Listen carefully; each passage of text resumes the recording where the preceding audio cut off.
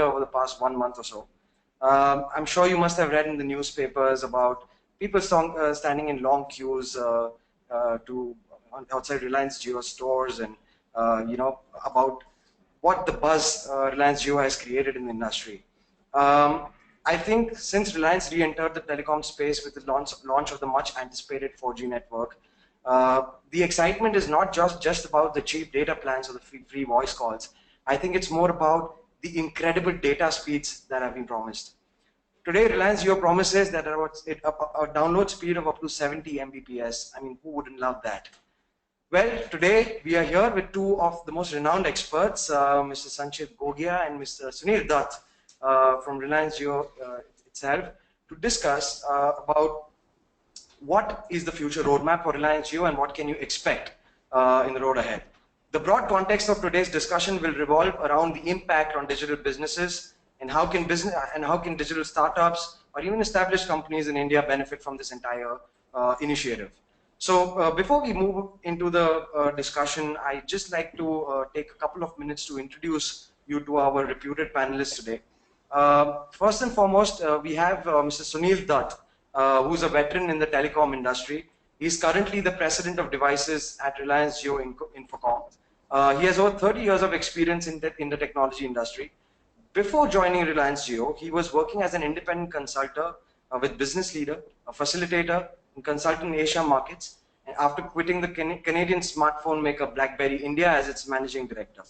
Well before his stint in BlackBerry, he was also the president personal systems group at computer maker Hewlett Packard India. Mr. Dutt has also worked with Nokia India as the sales head and brands like Whirlpool, coffee chain, and the coffee chain Barista. So we welcome Mr. Sunil Dutt for taking time to speak to you today. Along with him, we have another reputed panelist, Mr. Sanchit Veer Gogia. Mr. Veer Gogia is the chief analyst and the CEO of Greyhound Research, which is an award-winning global independent digital transformation research and advisory firm. He serves there as the chief futurist, the founder and CEO of this group. His expertise and passion for digital transformation doubles up as the CIO for the Greyhound Knowledge Group as well. In another avatar, Sanchit is also an advisor to the board for digital transformation decisions of a US $100 million plus organization in the mental industry. Apart from this, he's also been extensively quoted in the globally renowned books like The Influences of Big Data Analytics, Too Big to Ignore, The Business Case for Big Data, Funding Option for Startups, amongst others.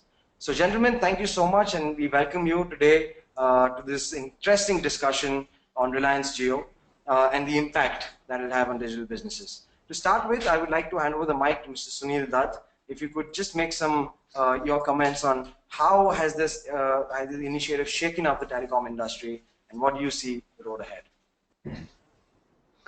Thank you, Hitesh, for the lovely introduction, and thank you for having me on this webinar today. More than how I think the Jio initiative has shaken up the industry, I would say, how is Jio going to be facilitating the whole industry as we see the road ahead? I think that would be more important from everybody's point of view. Any new entrant, when it enters, there is a certain amount of, I would say, shake-up, disruption, new ways of doing business which comes into play. And because of the nature of our business and the nature of the network that we have, so there are certain innovations which I'm sure everybody will have to adopt and adapt to. So I'll just quickly take a very few minutes. The start of the journey happened about 5 years ago with the setting up of this pure greenfield 100% LTE network. And the key differentiator or the purpose of the journey that began 5 years ago, the purpose of the journey was very clear. It was less to do with having a telco kind of an operation. It is more to do with the digital business that all of us are focusing on. So in that sense, it will be slightly wrong to say that we are a we are a traditional telco. I think we are a digital services organization, and that's going to be the focus. So the purpose of the journey, one of the purposes of the journey is really to create a freedom from the fear of using data, and a freedom from really, having to, even now in this age, to be paying for voice calls uh, in terms of connecting, people with each other. Across the globe, in the best of the countries, I think voice is something which people don't pay for, and so far as data is concerned, it is really about how data impacts our day-to-day lives, which is of more significance. So I think the purpose of the journey was very clear: connect India, connect 1.2 billion Indians to information, to education, to entertainment, to growth, to a differentiated life altogether. So I think that really was the purpose of this huge, I would say, initiative, or for one of the largest startups in this country. So in that sense, yes, we are a startup. We might be a large startup with large investments, almost $20 billion of investment in it. But yes, we are a startup, and we behave like one. And hopefully, we will continue to have that nimbleness of a startup. So really, that was the purpose behind this whole initiative, behind getting into this greenfield, or setting up of the greenfield LTE network. The chairman of the organization, Mr. Mukesh Ambani, is very committed to creating the world's best network and give the world's best experience to all the consumers who get onto this network. We are a startup. We are setting up. We have launched commercially now.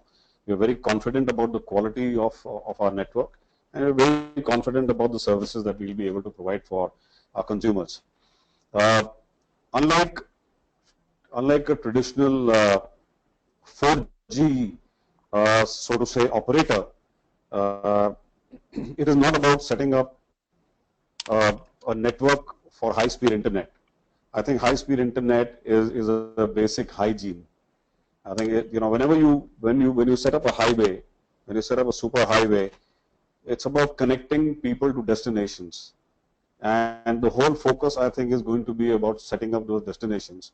It is about getting people from one destination to the other, so that people can experience those different destinations, people can experience those different places to visit, and get uh, what I would say is a very differentiated experience from what they have been used to over the past few years. This is about giving digital voice quality to people.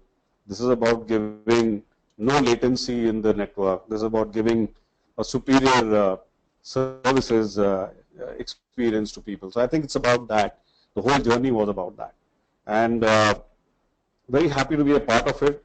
As you introduced, one of my key responsibilities is also devices, and the reason why we did get into devices was also that, at the beginning of a couple of years ago, at the beginning of maybe 2014, when we went around and we were trying to figure out what the industry estimates was going to be for 4G devices, we were a little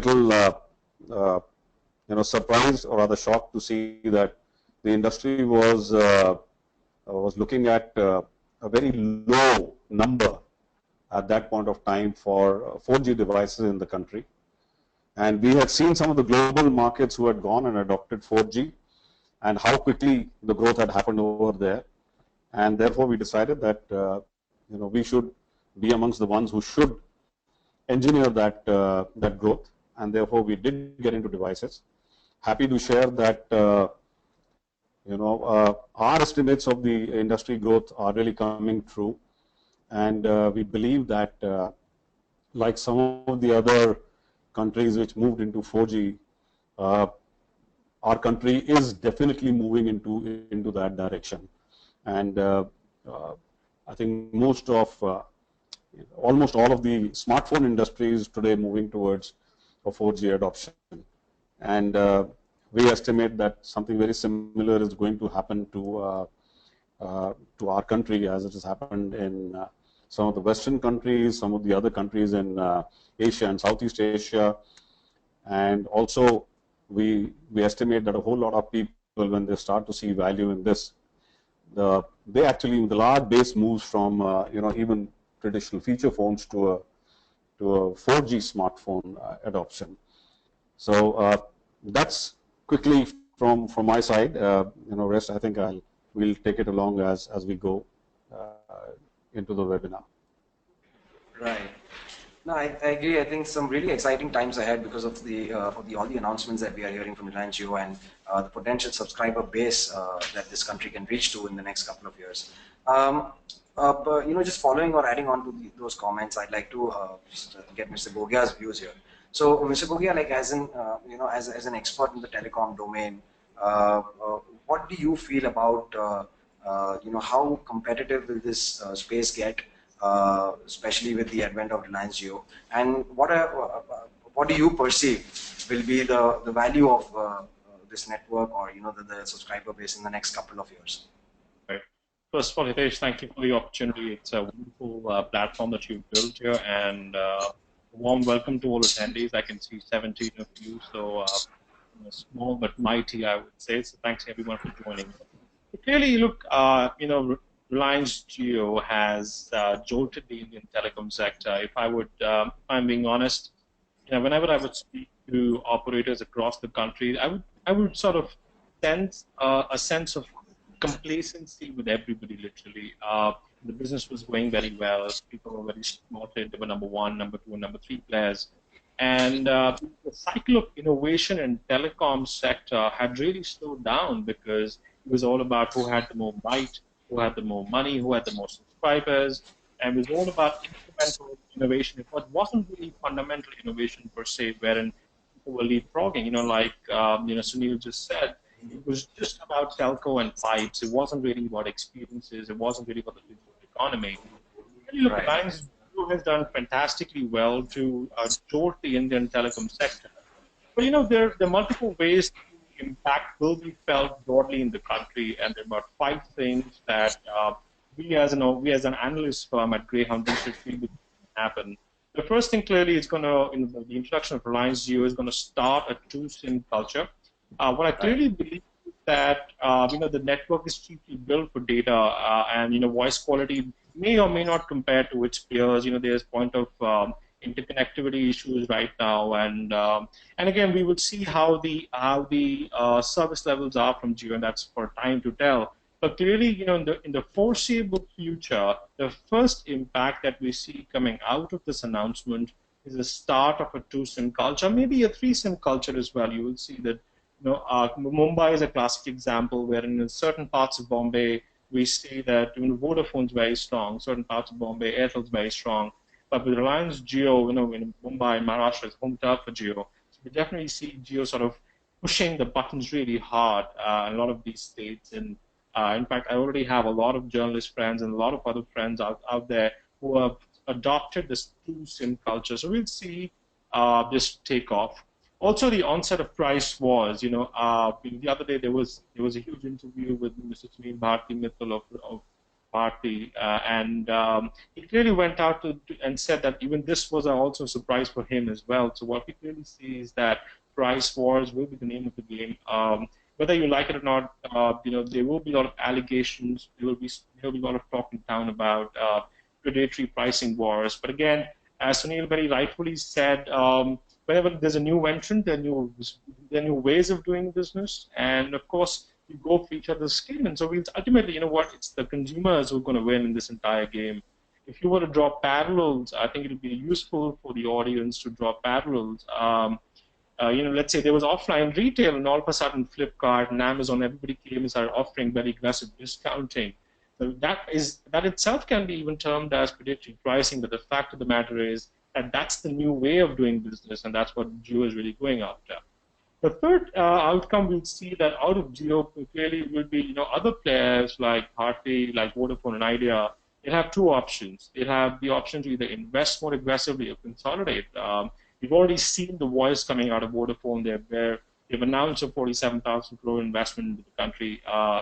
This morning there was news where Vodafone sort of sold some stakes in China already to sort of gain some more billions of dollars to be invest in other countries. So, ultimately at Greyhound Research, we believe that India has an appetite for 2 to 3 Indian players at best.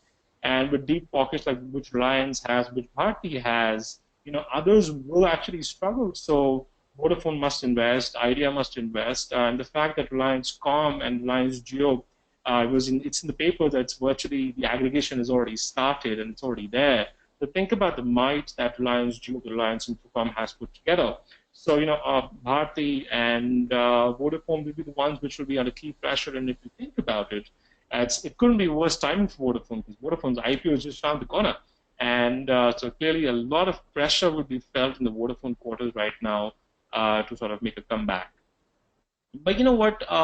The biggest impact that we at Greyhound Research believe is on the value-added services, because right now, Airtel sort of tried Airtel Zero, Facebook tried Facebook Free Basics, and there was an attempt really to allow for special applications to be served on their networks to their user base. But clearly what Jio has done, so they've gone out and sort of launched their own apps in terms of their own ecosystem. They're talking about the fact that they're investing into films, content. They're talking about special applications. They're talking about video calls, video apps. They're even sort of tying up with Bollywood. So we'll see a huge change in the value-added services ecosystem, and it might be the right time for a lot of vast players to look at consolidating or right on the back of Reliance Jio, because clearly video and value-added services is where the focus of Reliance will be in terms of their networks. But there's one thing that's not really spoken about, that is the impact of Reliance Jio on financial inclusion in this country, because they're going to be investing a lot of money in rural towns, tier 2, tier 3, tier 4 towns, and that's where the unconnected population is. And if you match that with Mr. Modi's vision of financial inclusion as to how to bring India onto the digital wave and have them bank, so banking for the unbanked is a huge mission. And I think with the introduction of Reliance Jio, the focus will be to go to smaller towns and smaller cities and provide networks there. So, overall, in the broader scheme of things, clearly that's going to happen. Also, the fourth thing that's going to really impact, as an impact of Reliance Jio, is the focus on core telecom operation. If you go back in time, when Airtel was on the what it did was to outsource core network, and it said we're going to focus only on core operations, which is managing ARPU, managing devices, and managing customer experiences. The fact that they now need to invest all of a sudden all the more means that all these telcos will be forced to look at only core telecom operations and outsource nearly everything else. So the fact that networks already outsourced, next is going to be IT, but increasingly we will see telcos invest a lot more in analytics, because in the need to be able to understand the customer a lot better, to be able to cross-sell to them, is going to be fundamental. So that's going to be important. But if there's one thing in the end that will really define success for any telecom operator, it's going to be experiences. Look, in the end, customers always don't care about free services. What they care about is consistent experiences. And in the end, the winner in this game will be the one who can actually end up providing consistent experiences, even if it means it comes at a small incremental cost. Now, managing experiences also has one fundamental impact, which is an organizational DNA. A lot of telecom operations are not really intertwined, actually, to be able to deliver exceptional experiences. Definitely, it will require telcos to actually do a lot of internal reskilling and probably even employ newer resources, but to put the focus back on where it really matters, which is customer experience. That's all from my side right now, Krish. Fair. I think a couple of very interesting points, and actually this brings me to a question that we received, and especially for Mr. Dutt, that the 2 points that Mr. Gogia spoke about was one, obviously the wars, the price wars between various telecom operators. One of the biggest challenges that users have faced over the past month is the point of interconnect issue.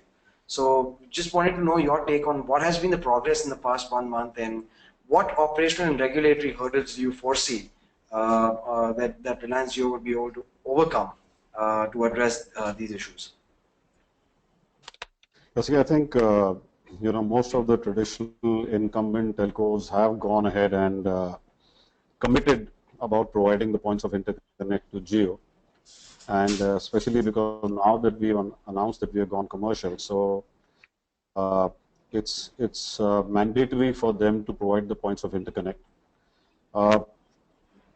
I'm not saying it's going to be easy, and all incumbents will try to protect their turf, and uh, if they feel that they're threatened by any new incumbent, any new entrant, then the incumbent guys would try to make it as difficult as possible for a new entrant to come in.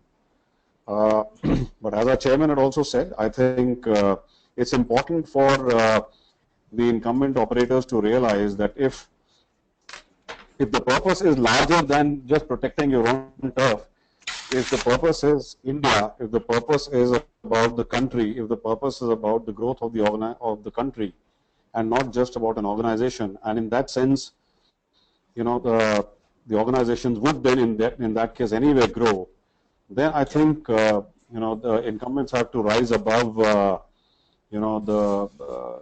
their own interests and actually go ahead and support the initiative of connecting the country deep and wide.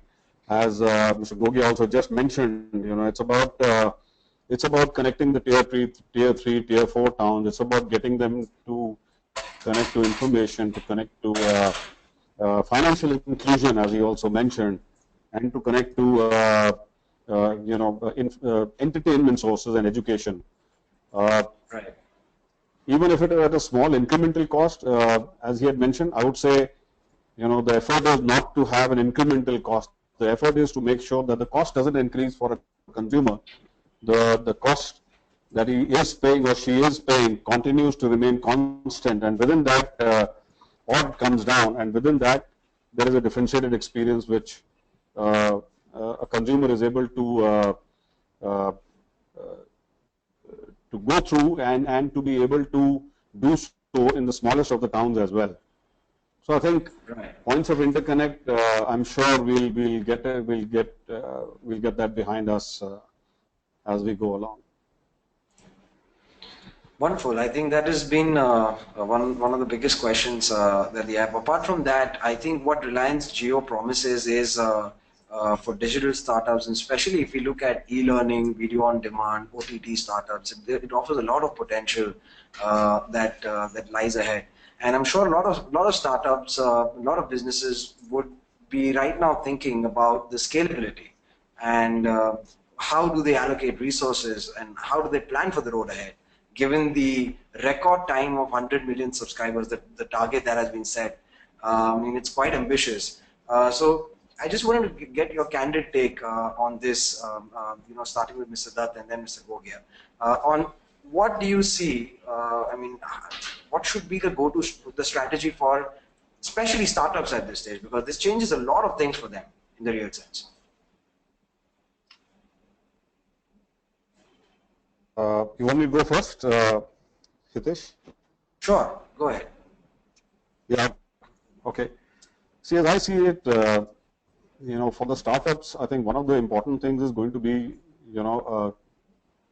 connectivity, and connectivity, one, to their own resource base, and the connectivity to the markets. I think both of these get adequately addressed when you have a backbone and infrastructure on which it can be done seamlessly and it can be done at a high speed. Because for most of the startups, speed, especially if they are market oriented, speed to market and speed to access to the resources is equally important. So I think with the advent of a digital services organization like a digital organization like Jio, I think this is good news, and because we have offered and we've enabled the whole industry to therefore offer data speeds as well as data at reasonable cost. I think that's an important factor for startups not only from the perspective of connectivity, but also from the perspective of the cost. So I think both ways it's an important development for startups, and also in terms of access to information. So I think that is another important area for startups as well. So I think it's good news. I think it's only going to aid and facilitate all the startups. Right. Mr. Cook, actually, just adding to this, to give a little bit more context to whatever Mr. Dutt said, I think definitely what looks is very exciting. But a couple of things, especially related to the price sensitivity of Indians, and the plans and the way they are positioned. There's only two, I think, below the 500 bracket. Are you equally bullish about the prospect for digital businesses in India? Well, let's put some context on the table first. Let's deep dive on the math behind Reliance Jio's expectation of breaking even or even turning profitable in 12 months of operation. So the company expects to achieve an ARPU, which is the average revenue per user, of approximately INR 300 on a subscriber base of 100 million, 12 months of commercial operation. That is bullish. I understand. That is very, very bullish. Also, let's think about this. The ARPU of 300 is a lofty task because it's nearly 2 times the industry standard. So, while definitely I'm of the belief that Jio is a great introduction to the ecosystem, focusing mass for enterprises and for startups, but breaking even within 12 months, achieving 100 million, and then also an ARPU of 300 is definitely going to be a very, very lofty task. It might actually, it might take about 4 to 8 quarters for any financial success or any commercial success to be realized, quite frankly, and that's my humble opinion. And, before we start seeing the books go from red to green, I think it's going to be 3 financial years for sure, because the ARPU and the subscriber base, and look, let's be honest, the freebies will become name of the game for the next 2 years for sure, and Reliance will have to participate in that too.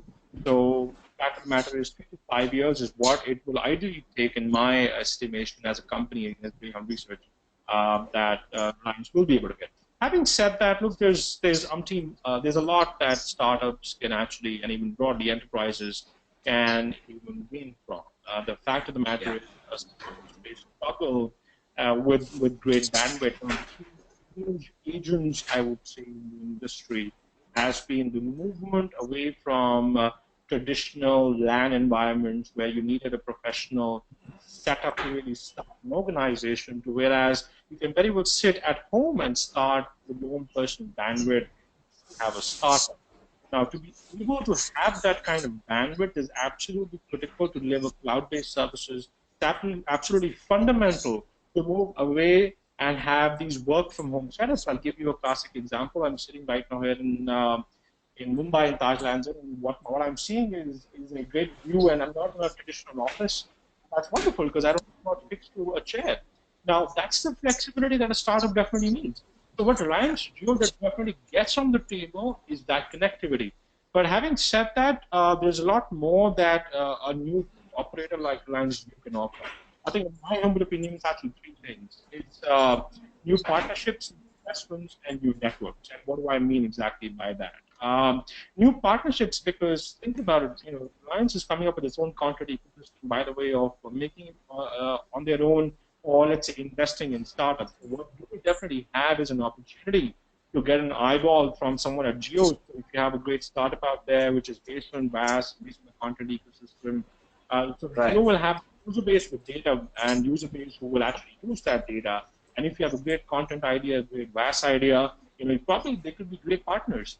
Having said that, though, let's remember Reliance is known for its very aggressive revenue share deals, right? So don't expect to earn like fancy too much. It's going to be actually a volume game. So revenue share, let's say if you're used to as a VAS startup, you're used to revenue share.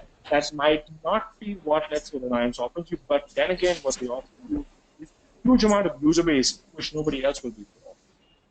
In terms of investments, Jio has already announced a big ticket investment for the Indian startup ecosystem. So if you're a startup out there with a great idea, I think it's time to line up the doors at Jio. Third thing is network capacity. The reason I say networks is because the futuristic devices and the futuristic applications are all very heavy on broadband and bandwidth. And let's be Yeah. honest, with Jio's investment to networks, 4G data networks, a lot of users will move there. So in fact, a lot of applications which were otherwise were never launched in the country will now have a opportune time to be relaunched again on the back of Jio's network. So it's three things to me: new partnerships, new investments, and new networks. Right. Right. Again, a lot of exciting stuff, you know. So I mean, I think personally, I'm very hopeful that we will, based on these trends and the hopefulness that has come out in startups today. Probably we'll see the next Netflix from India, right? Which would be really amazing. In fact, I think even for startups like ourselves, like we try to bring experts like yourself to the larger audience today, who's sitting and viewing you at the comfort of their home or their offices. I think this broadband connectivity will really impact a lot in how we can increase our reach and increase taking these kind of sessions out to the larger base. So on that note, another question that we've got from Mr. Dutt is that there is a big dilemma on two other aspects. Is one, the entire trial phase and the launch phase of Jio, and where exactly that stands. And the second one also is the issue of the devices. So Reliance Jio is presumed to work on a certain number of devices, and also a lot of the Life brand, which is owned by Jio itself. So what do you see as the next step towards this, and how quickly would we see a lot of smartphones adapt to what Jio has to offer? Interesting, and love this question. So one, insofar as the trial and the launch phase is concerned, I think we have gone ahead. We are trial is done. We are launched. Our services are now being enjoyed by a few million customers, and we are adding at a very rapid pace. The fact that we are adding at a very rapid pace also is a proof of the fact that there are enough and more devices out there. And yes, I think there is a certain amount of misconception prevailing out there in the market in terms of how many devices can actually be supporting Jio. And some of it created, some of it genuine.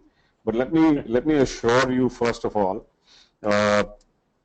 today as we speak, there are more than 300 different mobile devices which support Jio.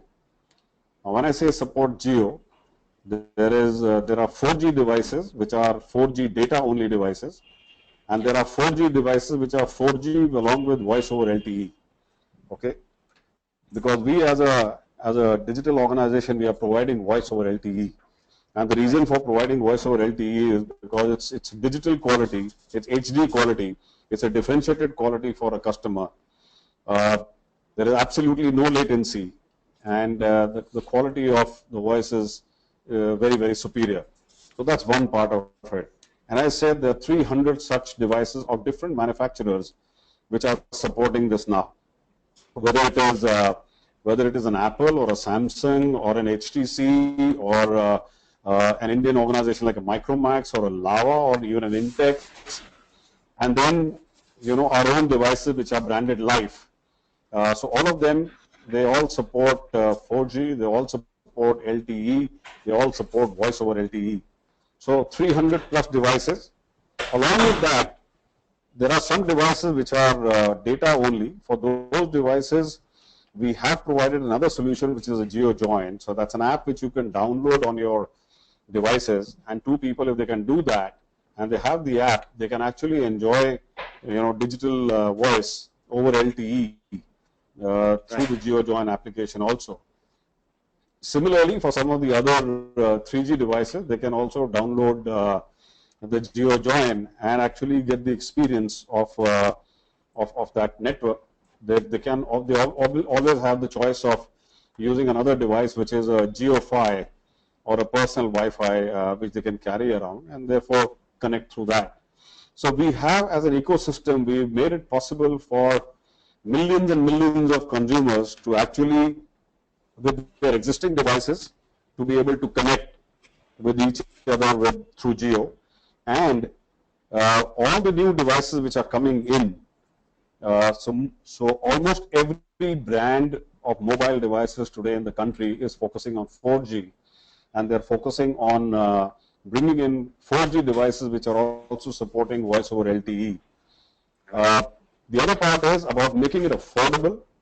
So today, a couple of years ago, the cheapest voice over LTE device, 4G, you would get in excess of 15,000 rupees. Today, we ourselves have also launched 4G LTE devices which support voice over LTE for as low as 2,999 rupees. So clearly, there is an opportunity for a lot of people to not only own this experience but also own it at a very affordable price point. And going from a 2,999 rupees all the way up to 50,000 rupees plus, which are devices being offered by a whole lot of brands in this country. So I think there is enough and more ecosystem for devices, and I don't think there is any need for anyone to be worried on that account. Fair, fair. I think that was a very important clarification, and I think a lot of people wanted to know.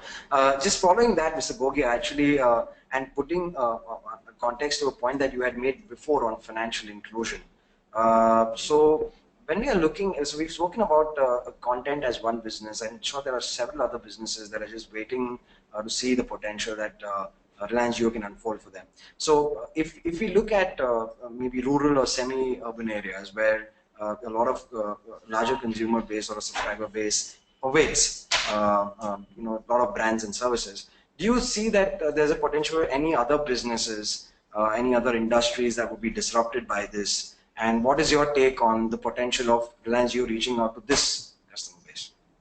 See, I probably cannot make comments very specific to Jio because, I think Mr. Dutt is the right person to sort of talk about Jio's plans for rollout in rural, because I can't make a comment on their behalf. But, what I like to talk about is the opportunity that that telcos have in rural segments. So there are 3-4 clear opportunities.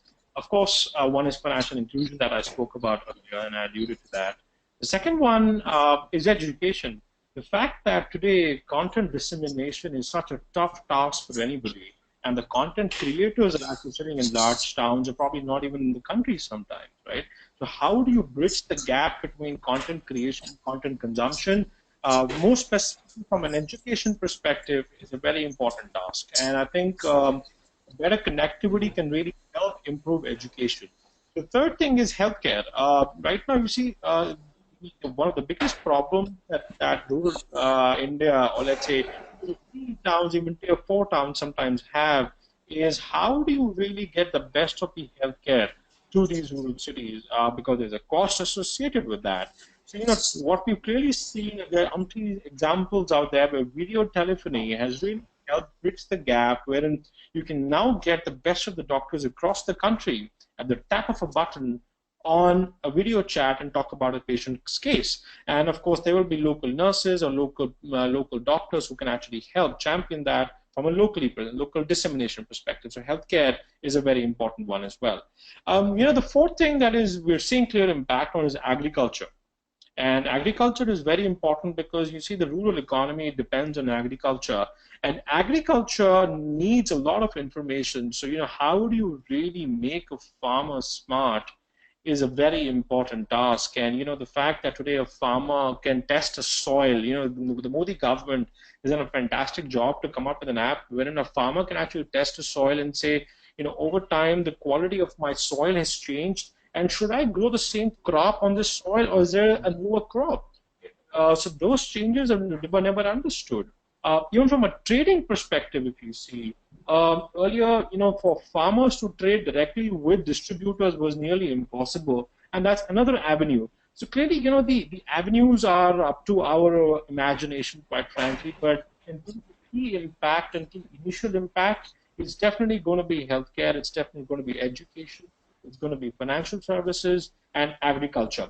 Also, last but not the least, small-scale manufacturing. Today, if you think about it, the belt of Nagpur, Maharashtra, there is Coimbatore belt, and there are lots of these smaller towns which have a lot of small-scale manufacturing, but they're not able to use sophisticated tools like ERP and CRM, which are actually Right. needed to be able to treat global markets. And day to day, if they have the right connectivity, they can actually end up using a lot of these sophisticated tools for more improvement and efficiency. So, five key areas where I think better connectivity can really help the rural India. Okay, fair. I think, yeah, healthcare definitely looks like one of the other promising sectors. In fact, a lot of startups coming around that as well. So we have one live question coming in, and this is from Mr. Sunil Dutt. Basically what I think as an owner of a startup, he wants to know directly from somebody from Reliance Jio and of your stature, is that what is the next 12-month roadmap for achieving this amazing target of 100 million subscribers, and what exactly do you can they benefit out of it? How exactly they can benefit out of it? Well, that would be asking me to reveal the entire strategy, which I don't think I'm in a position to do that right now. But yes, I can assure you that we are committed to taking the benefits of our network and our services and our devices to millions and millions of consumers. Now, whether that's 100 million or beyond that remains to be seen. But Right. I think the way we are making progress, we're pretty confident that we should be able to attract majority of the Indians to experience our services over a period of time. So as we see the next 12 months, it's going to be very interesting. There are going to be people who are going to protect their turf, very, very fiercely. And at the same time, we feel that consumers, most of whom now have dual SIM devices, would be in a position to actually experience Jio as maybe as a first step along with their existing service providers. But as we go along, if they find value in what we are providing to them, they could make a switch to Jio as the primary services provider for them. And Right. it'll depend upon what value they see out of a consumer sees out of being associated with Jio. And we're pretty confident that the value which we are going to bring to them is going to be differentiated, and therefore we're pretty confident of our growth of the numbers. Fair. Okay. Another question, and this one's actually more for Mr. Gogia. So what he wants to know is that when you raise that point about the other competitors like Bharti Airtel having huge pockets to be able to actually compete with something like Reliance Jio, does this mean an end of the era for smaller operators like Docomo or Telenor or Tata Teleservices? Would this mean that? It's a very interesting question, and I'd love to know who's asked this. But in my humble opinion, it's like the Indian telecom industry has hit a refresh button. It's an F5, So what's going to happen here is that the top three, there's going to be a realignment in the top three for sure. And my personal bet is that we have to wait for the next 12 to 18 months, and we'll definitely see Jio and Airtel, and let's say Vodafone's top three for sure. But I worry for players like Idea because Idea is a great brand. They've built themselves a great repute. Let's say in pockets in Maharashtra, they have great user base as well. But it'll be important for them to be able to now invest, and if not invest, then consolidate. Having said that, look, ultimately it's also about the spectrum.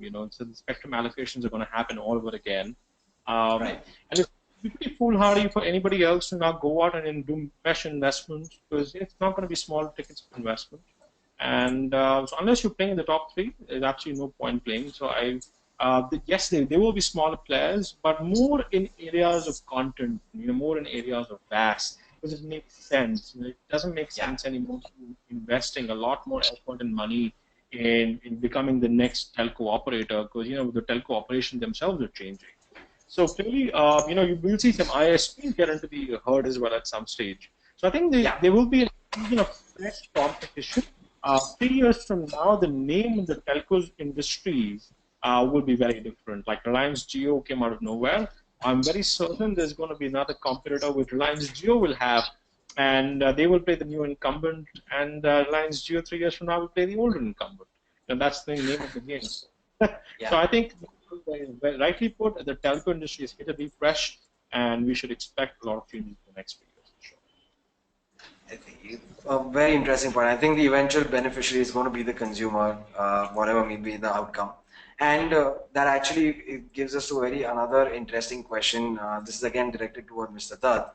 And the question is that, I mean, again, there's been some news today morning saying that Airtel has cut data tariffs, and again, they made international roaming free in UK, Canada, and even in Thailand. So, are we going to expect any further cut in data prices from Reliance Jio going forward? This just reinforces the price sensitivity of Indian consumer, but that is a question. So, are we going to expect any other further decrease in prices for all packages offered by Reliance Jio? So, Hitesh, for the next 3 months, there is no question about any further cut in the data prices, because we are offering everything free of cost. So, so that's one part of it. The second part of it is that any offer, our chairman's direction is very clear. Any offer that we have for a consumer, a consumer does not have to second guess us. A consumer should not be wanting to read between the lines. Whatever is there should be upfront. It should be simple. We are not going for thousands of plans which exist in the country today.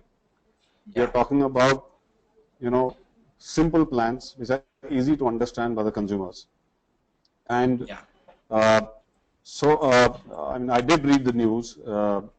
I did read the news that for the free incoming, you have to pay $75 per month. So that's maybe the price for free right now. But what I do see is, as we go along, things will get better for consumers. Now, while I'm here, I would just like to take a little more time on this one from a consumer perspective. And the reason why I want to do that is because I want to take people a little back in time in history, and especially for those who earlier did not experience 2002, and for those who did experience 2002-03, to kind of refresh the memory over there. Even at that point of time, if you recall, we were paying for an outgoing call and we were paying for an incoming call. And the incumbent operators at that point of time, I do remember, because I came into the industry in January of 2002, and the total subscriber base in the country was 5.2 million subscribers. And with Reliance coming in at that point of time and announcing that the outgoing call would be at the cost of a postcard, which was at 40 paisa, and the incoming call would be free because you don't pay anything, and a consumer does not pay anything for receiving a postcard. I think that was the biggest disruption that happened in the industry at that point of time. A lot of people say it was the 501 monsoon hangama because people started to get devices at 501. I would say it was much more than that. Was the fact that the outgoing call for a consumer was at 40 paisa and incoming was free. That actually helped. If you recall, at that point of time, I would say that actually helped create or liberate at the same time millions of entrepreneurs in this country. So the country has a lot of entrepreneurial spirit. And when I say entrepreneurs, I go down to every kind of an entrepreneur at that point of time. And I use this example sometimes. At that point of time, our mothers, our wives, our sisters who were normally at home, if something went wrong for an electrical connection, they would actually be calling up an electrical shop. And then that electrical shop would be sending an electrician home who would come see what is the job to be done, go back to the shop after having given an estimate and having got an approval to go ahead with the work, bring the stuff, do the work, come back, take the next job sheet and go to the next house. All of that was happening. But when the incoming call became free, that electrician actually became the entrepreneur. That electrician became the mobile shop. That electrician was the one who was getting contacted by our wives, our mothers, our sisters, our fathers, and everybody, and he was the one who was being called, and he then went to the shop because then he had the power to negotiate from the shop himself. I think it created that entrepreneurial spirit. It liberated that entrepreneurial spirit. I would dare say, I would go to the extent of saying that it actually liberated the sense of true democracy also in this country, when people actually were able to take decisions for themselves in their own benefit, without having to be, reliant on the others. So I think, when I bring people now back into this era, I think something very similar is something that is going to be experienced for the data services, when more and more people are now reliant on data, and they are going to be on data, on connectivity, on being able to access information, on as Sanchit just pointed out about healthcare, wealth care, agriculture, all of that. I think it's about liberating people from the fear of the data, from the fear of accessing information. I think that's going to be a critical way forward for all of us. Wonderful. I think they're quite powerful comments, and I'm really hopeful that this new democracy or this new era is brought into our time. I think it'll actually be very exciting for businesses all over India. So I think we just have a time for maybe one more question. So I'm just going to hold on to that. But before we take any other questions, I'd just like to ask Mr. Gogia to sort of say some concluding thoughts on a very simple question, so without making it very more complicated. What is, in your view, going to be the go-to strategy for any startup or any business in India that is looking to capitalize on the potential brought in by Reliance Jio? So your candid opinion about what will happen over the next 6 to 12 months. Right. I think, right, thank you very much. So I think the fact is a lot of people are worried. Okay, a lot of people have lots of these misconceptions and fallacies about what's going to happen. I think it's about time to stop worrying about that and focusing on your core. Idea is, how do you really partner with such big brands and become a bigger brand? Ultimately, every startup, let's be honest, is looking for an exit. Either exit in terms of an IPO or and that's fine to your focus as well, Hitesh, right? And even in terms of IPO or let's say a buyout, right? Now, for that to be real and successful, you need bigger partners who you can piggyback upon and use networks of and use investments from. Right. So I think it's to see this as an opportunity, and and also be flexible, because what, Reliance is a big brand. They will not be willing to. They will have certain terms that you have to comply by as a startup, right? And it's important to work with their terms, with what they as an organization stand for, and right on the back of that, and be flexible and focus on your core. Wonderful. Thank you so much for that. And I think we just have one last question from Mr. Sunil Dutt. Again, this is, I think it's, again, going back to the whole question about the impact on smartphone and handset market.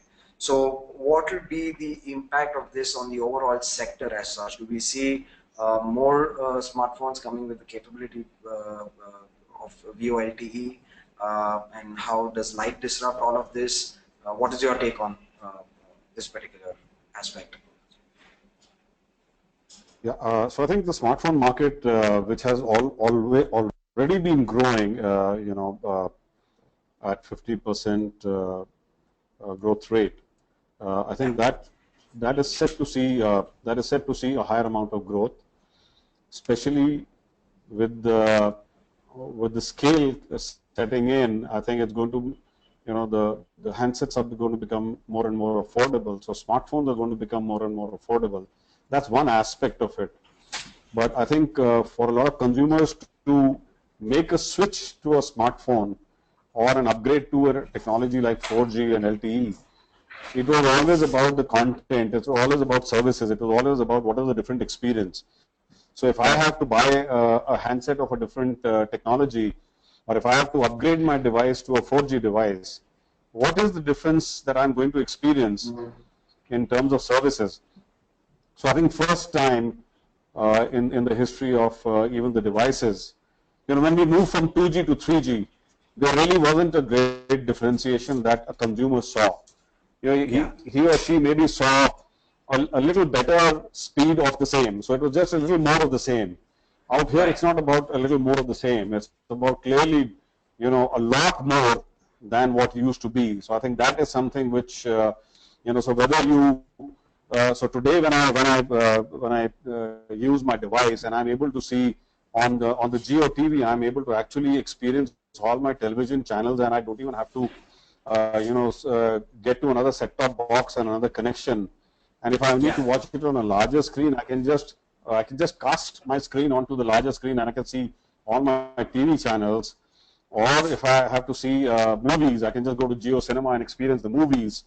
I can actually use my device to pay at several outlets through Jio Money, and I can use my chat, my Jio chat for communicating, and so many more services. So I think that is a differentiator which I think a lot of people were looking for, and I think that is going to yearly.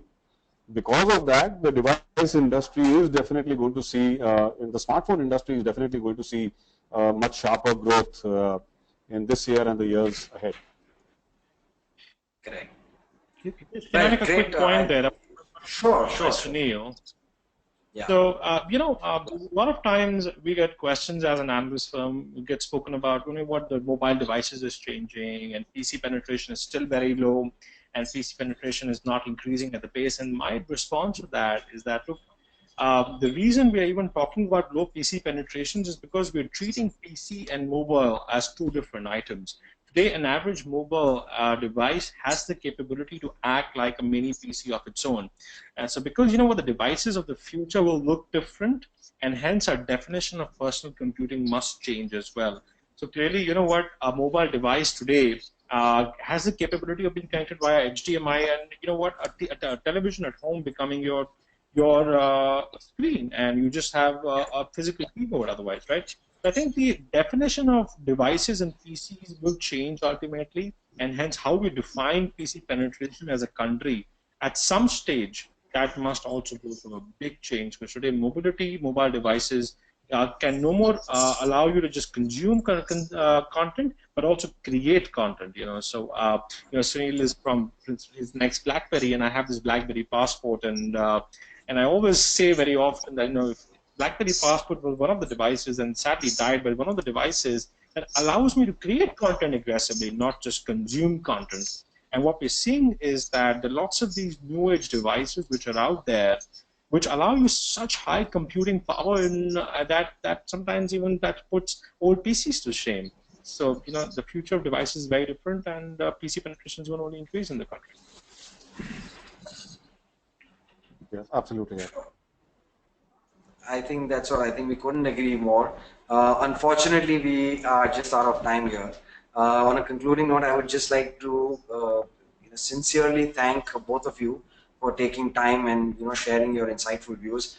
I think a lot of exciting time ahead for startups, and personally, we've seen a lot of individuals now watching content on the go, and we just hope that this goes on increasing, and a lot of success to Jio and other players out there. So once again, thank you so much for taking time to speak to us. We will probably do one more session around this a year from now to see how things are standing. In the meanwhile, back from the Unified Network, we have another session scheduled on the 6th of October, which is next week, which is also on one of the most important topics today, which is on GST, which is in its implications on businesses and the common man. So do stay tuned for such exciting stuff. Thanks again, Mr. Dutt. Thanks, Mr. Gogia. It was wonderful having you on board today. It's a pleasure. Thank you very much. Thanks a lot. Thank you, Hitesh, and thank you all. Thank you very much. Okay. Thank you. Bye-bye.